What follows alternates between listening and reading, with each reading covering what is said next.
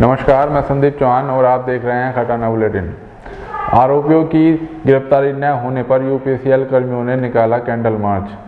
पिछले 3 दिनों से आरोपियों की गिरफ्तारी न होने को लेकर यूपीसीएल कर्मियों ने डीजीएम कार्यालय पर धरना प्रदर्शन के बाद एक कैंडल मार्च निकालकर पुष्कर सिंह धामी से आरोपियों की गिरफ्तारी की गुहार लगाई। आपको बता दें कि कुछ दिनों पहले मंगलौर कोतवाली क्षेत्र के गांव सिकंदरपुर मुंडलाना गांव में विद्युत कर्मियों के साथ ग्रामीणों द्वारा उस वक्त मारपीट कर दी गई थी जब वह बिजली चोरी की शिकायत पर गांव में चेकिंग के लिए पहुंचे थे, जिसके बाद दोनों पक्षों की तरफ से एक दूसरे को दोषी ठहराते हुए कोतवाली मंगलौर में तहरीर दी गई थी।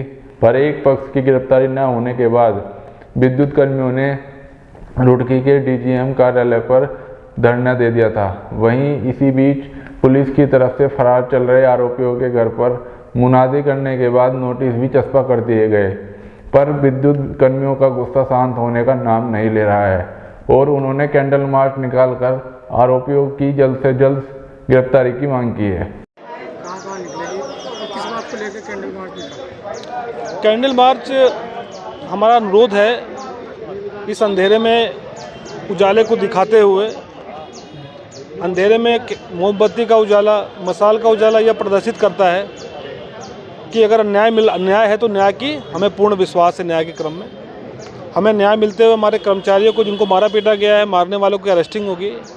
इस क्रम में हमारा सादर अनुरोध प्रेषित है पुलिस प्रशासन के सामने कि वो अरेस्ट कराएं। इस हेतु कैंडल मार्च किया जा रहा है। कैंडल मार्च का जो हमारा रूट होगा वो डीजीएम साहब के कार्यालय से लेकर के सिविल लाइन्स होते हुए पुनः वापस डीजीएम कार्यालय पे ही है।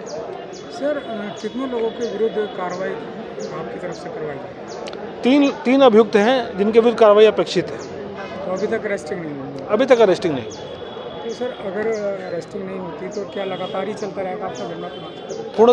पूर्णतः सत्य है यह। अगर अरेस्टिंग नहीं होगी तो हम कैसे, हमारा स्टाफ कैसे काम कर पाएगा? वो डरा हुआ है। वो खुलेआम घूमते हुए कह रहे हैं कि यदि गांव में घुसेंगे तो घुसने नहीं देंगे और अगर आएंगे तो निकलने नहीं देंगे। अगर ऐसे लोग घूमते रहेंगे तो हमारा कर्मचारी कैसे उनको बिजली देने के लिए वहाँ जा पाएगा? संभव नहीं है। क्या कार्य पूरी तरह से कार्य का बहिष्कार किया गया है आपके द्वारा? कार्य बहिष्कार अभी है, लेकिन बिजली बाधित ना हो, उपभोक्ताओं को बिजली मिलते रहे, इससे तो हमारा जो बिजली वाला पार्ट है वो चल रहा है। ये हमारा अनुरोध है कि उसको हम चलाते रहें। इस हेतु कार्रवाई करे प्रशासन, जल्द से जल्द अरेस्टिंग। क्या आम जनता से भी कुछ डिमांड करेंगे? आम जनता का सहयोग पूर्णतः हमारे साथ है। प्रशासन से हमारी यही एक मांग है कि हम निर्बाध आपूर्ति करने वाले लोग, जिस प्रकार की घटना हुई है उसकी पहले निंदा करते हैं और यही आशा करते हैं कि अपराधियों को जितना जल्दी हो सके गिरफ्तार करें। समाज के अंदर भयमुक्त माहौल बने और माहौल बनने से क्या होगा कि जो हमारे डरे सहमे कर्मचारी जिनके साथ ये घटना घटित हुई है उन लोगों का आत्मबल लौटे और फिर पुनः जाकर हम अपने कार्य को पूर्ण रूप से कर सकें। लगभग कितने कर्मचारी इस धरने पे बैठे होंगे?